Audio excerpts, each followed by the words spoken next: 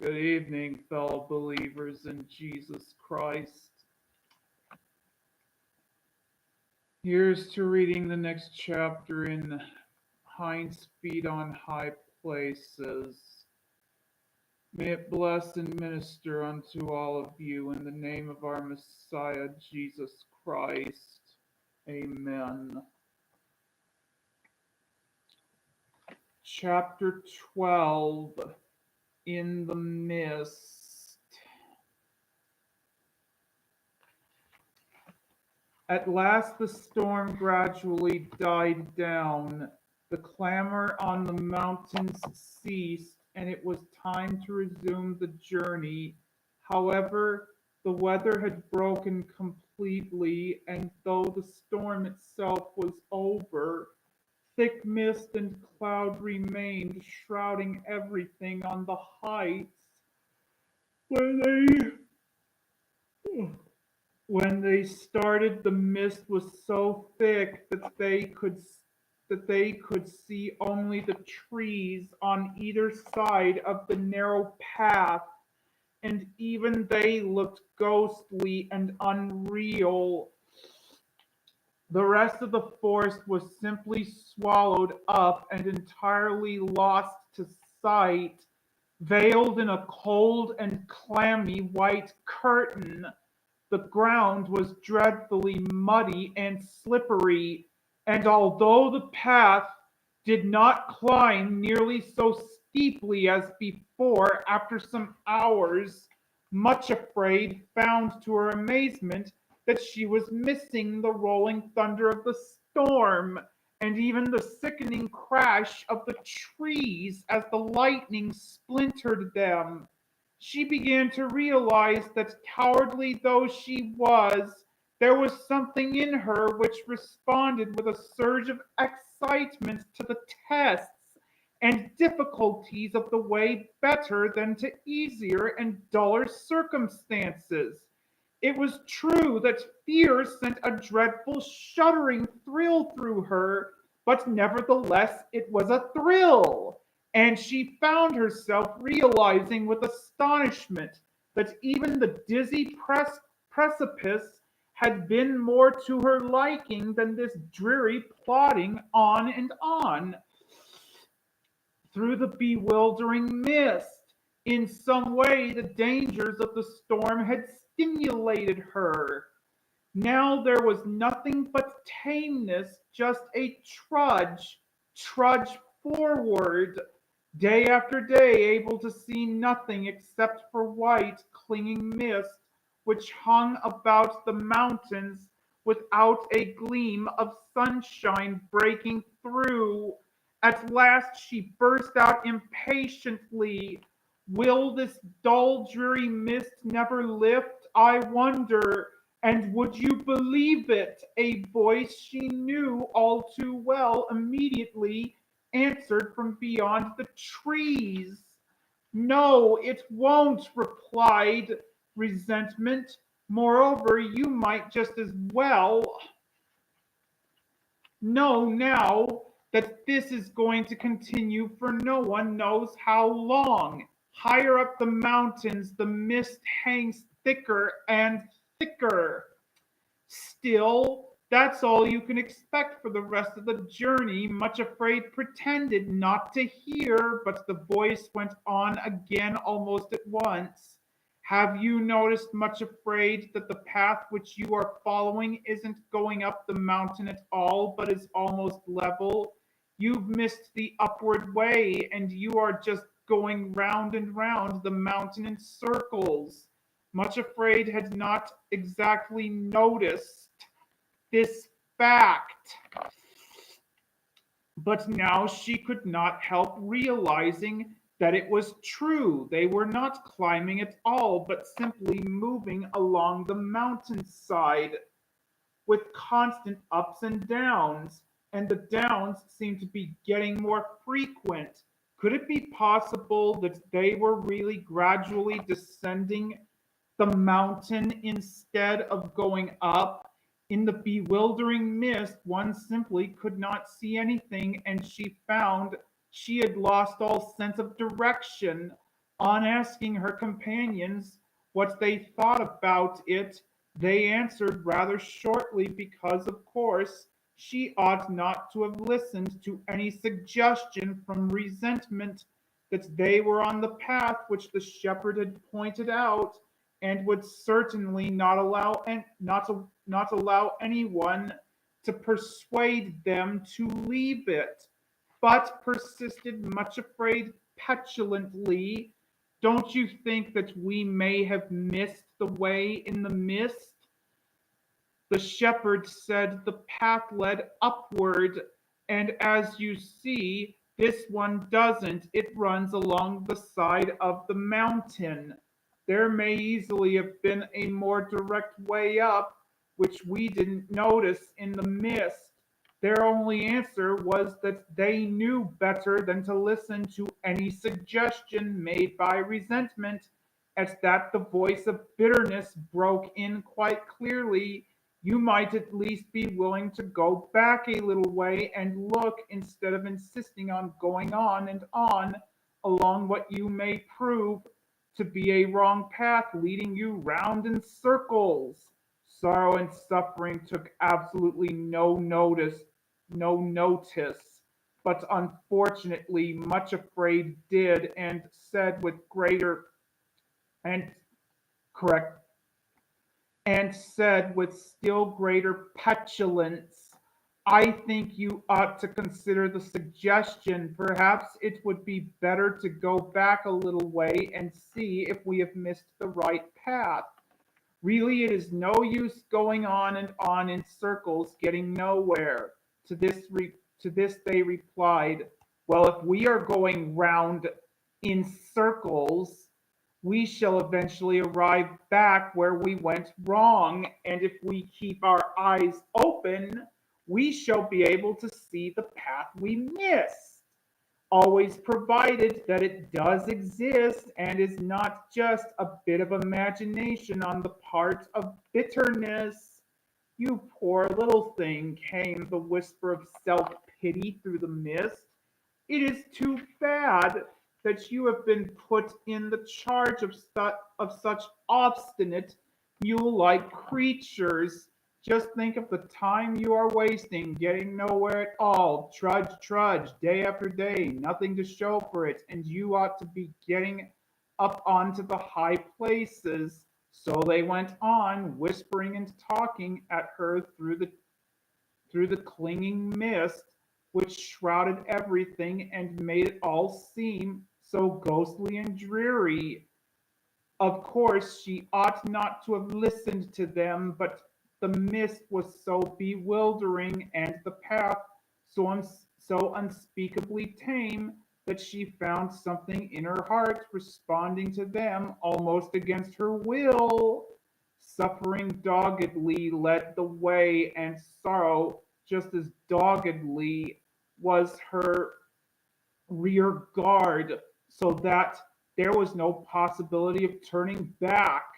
But Much Afraid found herself limping and slipping and stumbling far more often and badly than at any other stage of the journey. It made her very disagreeable and difficult to deal with. It is true that after every stumble her conscience smote her, and she apologized sorrowfully and and, and abjectly to her companions, but that did not prevent her slipping again almost directly afterwards. Altogether, it was a miserable time, and the mist, instead of clearing, seemed to get thicker and colder and drearier than ever. At last, one afternoon, when the only word which at all described her progress is to say that she was slithering along the path, all muddy and wet and bedraggled from constant slips, she decided to sing. It had not been mentioned before, but Much Afraid did not possess the gift of a sweet voice any more than a pretty face. It is true that she was fond of singing, and that if the shepherd sang with her, she could keep in tune and manage quite nicely. but if she tried alone, the results were by no means so good. However, the mist was so thick and clammy that she was nearly stifled, and she felt she must do something to try to cheer herself and to drown the ghostly voices which kept whispering to her through the trees. It was not pleasant to think of her relatives now having the opportunity to entertain themselves at the expense of her very unmelodious voice, but she decided to risk their ribald comments. If I sing quite loudly, she told herself, I shall not be able to hear what they say. The only song which she could think of at the moment was the one which Sorrow had taught her in the hut, and though it seemed singularly inappropriate, she lifted up her voice and sang quaveringly. How lovely and how nimble are thy feet, O prince's daughter! They flash and sparkle and can run. More fleet than running water, on all the mountains there is no gazelle, no roe or hind can overtake thee, nor can leap as well, but lag behind. Canticles 7:1. There was perfect silence as she sang. The loud, sneering voices of her enemies had died away altogether. It is a good idea, said Much Afraid to herself jubilantly. I wish I had thought of it before. It is a much better way to avoid hearing what they are saying than putting cotton in my ears. And I believe, yes, I really do believe, there is a little rift in the mist ahead. How lovely! I shall sing the verse again. And she did so. Why, Much Afraid, said a cheery voice close beside her. I have not heard that song before. Where did you learn it? There, striding toward her with a particularly pleased smile on his face, was the shepherd himself. It is just impossible to describe in words the joy of Much Afraid when she saw him really coming toward them on that dreary mountain path, where everything had been swallowed up for so long in the horrible mist, and everything one touched had been so cold and clammy. Now with his coming the mist was rapidly clearing away, and a real gleam of sunshine, the first they had seen for days, broke through at last. "Oh, shepherd!" she gasped, and caught hold of his hand, and could say no more. It really had seemed as though she would never see him again. Tell me, he repeated cheerily, as he smiled at them all, where did you learn that song, Much Afraid? Sorrow taught it to me, she replied. I didn't think that she knew any songs, shepherd, but she said the words and the music came to her as we were climbing up through the forest. I asked her to teach it to me because I know I am a goose. But it makes me think of the time when you will have made my feet like Hinds' feet, and I won't ever have to slither along again. And she looked shamefacedly at her bedraggled and muddy condition. I am glad you sing it, said the shepherd, more pleasantly than ever. I think it is a particularly nice song indeed, he added, smiling. I think I will add another verse to it myself. And at once he began to sing these words to the same tune. Thy joints and thighs are like a supple band, on which are met fair jewels with a cunning master hand hath fitly set. In all the palace search where'er you please, in every place. There's none that walks with such a queenly ease, nor with such grace. Canticles 7:1. O shepherd, exclaimed Much Afraid. Where did you find that verse to fit in so nicely to the tune which sorrow taught me? Again he smiled at her in the nicest possible way, and answered, the words came to me just now as I followed you along the path. Poor Much Afraid, who knew that she had been slipping and stumbling in the most dreadful way, indeed worse than at any other time, flushed painfully all over her face. She said nothing, only looked at him almost reproachfully. Much afraid, said he very gently in answer to that look. Don't you know by now that I never think of you as you are now, but as you will be when I have brought you to the kingdom of love and washed you from all the stains and defilements of the journey? If I come along behind you and notice that you are finding the way especially difficult and are suffering from slips and falls, it only makes me think of what you will be like when you are with me, leaping and skipping on the high places. Wouldn't wouldn't you like to learn and sing my verse just as much as the one which sorrow taught you? Yes, said Much Afraid, thankfully, and taking his hand again. Certainly, I will learn it and sing about the cunning master hand which takes such pains with me. By this time, the mist had actually melted right away, and the sun, shining brilliantly, was making the dripping trees and grass sparkle with joy and brightness. All three thankfully accepted the suggestion of the shepherd that they should sit down for a short time and rest and rejoice in the sunshine. Sorrow and Suffering withdrew a little, as they always did when the shepherd was present, leaving him to talk with Much Afraid alone. She told him all the dismal tale of their long wanderings in the mist, the way resentment, bitterness, and self pity had been bothering her, and her fear that perhaps after all they had wandered from the path and lost their way. Did you really think that I would let you stray from the right path to the high places without doing anything to warn you or to prevent it? Asked the shepherd quietly. She looked at him sorrowfully and said with a sigh, when resentment and the others are shouting at me, I am almost ready to believe anything, no matter how preposterous.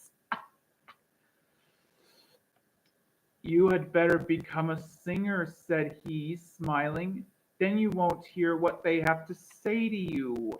Ask Sorrow and Suffering if they have any more songs which they can teach you.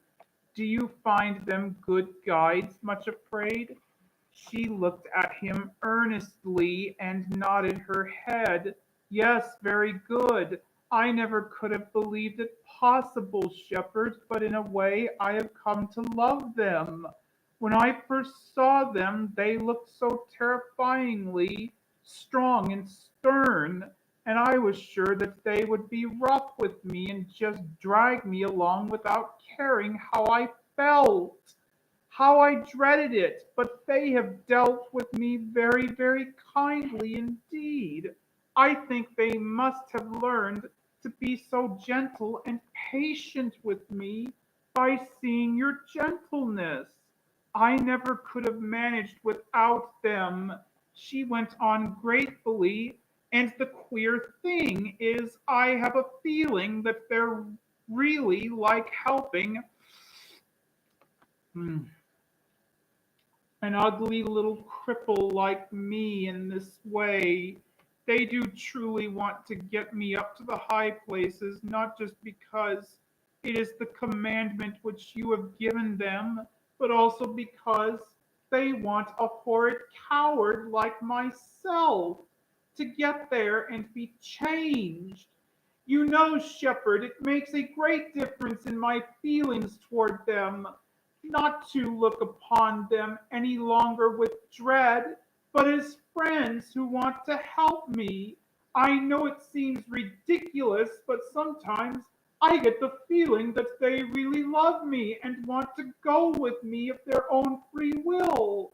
As she finished speaking, she looked up in his face and was surprised to see that he actually looked as though he were trying not to laugh. He said nothing for a moment or two, but turned slightly so that he could look round at the two guides. Much Afraid looked too. They were sitting apart in the background and were unaware that they were being watched. They sat close to one another and were looking away up to the mountains toward the high places.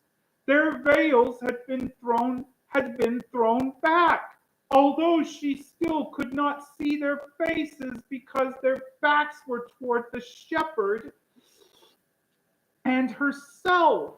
She was struck by the fact that they seemed even taller and stronger than when she had first seen them waiting for her at the foot of the mountains. There was something almost indescribably majestic about them. At that moment, a sort of radiant eagerness expressed in their attitude.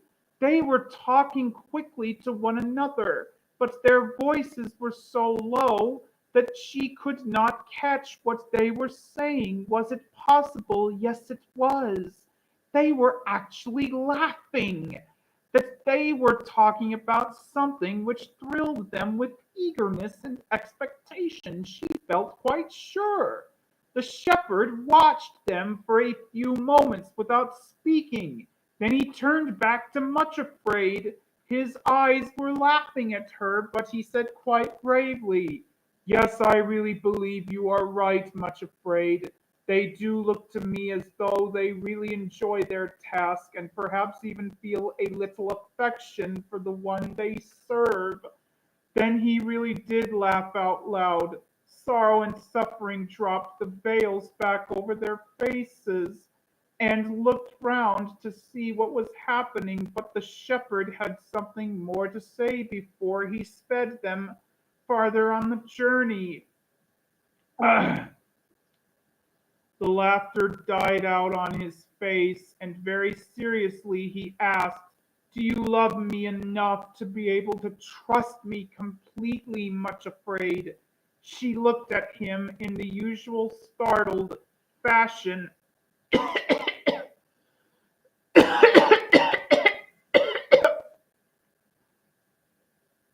so natural to her whenever she sensed that he was preparing her for a new test, then faltered, "You know that I do love you, shepherd, as as much as my cold little heart is capable. You know that I love you, and that I long to trust you as much as I love you, that I long both to love and trust you still more.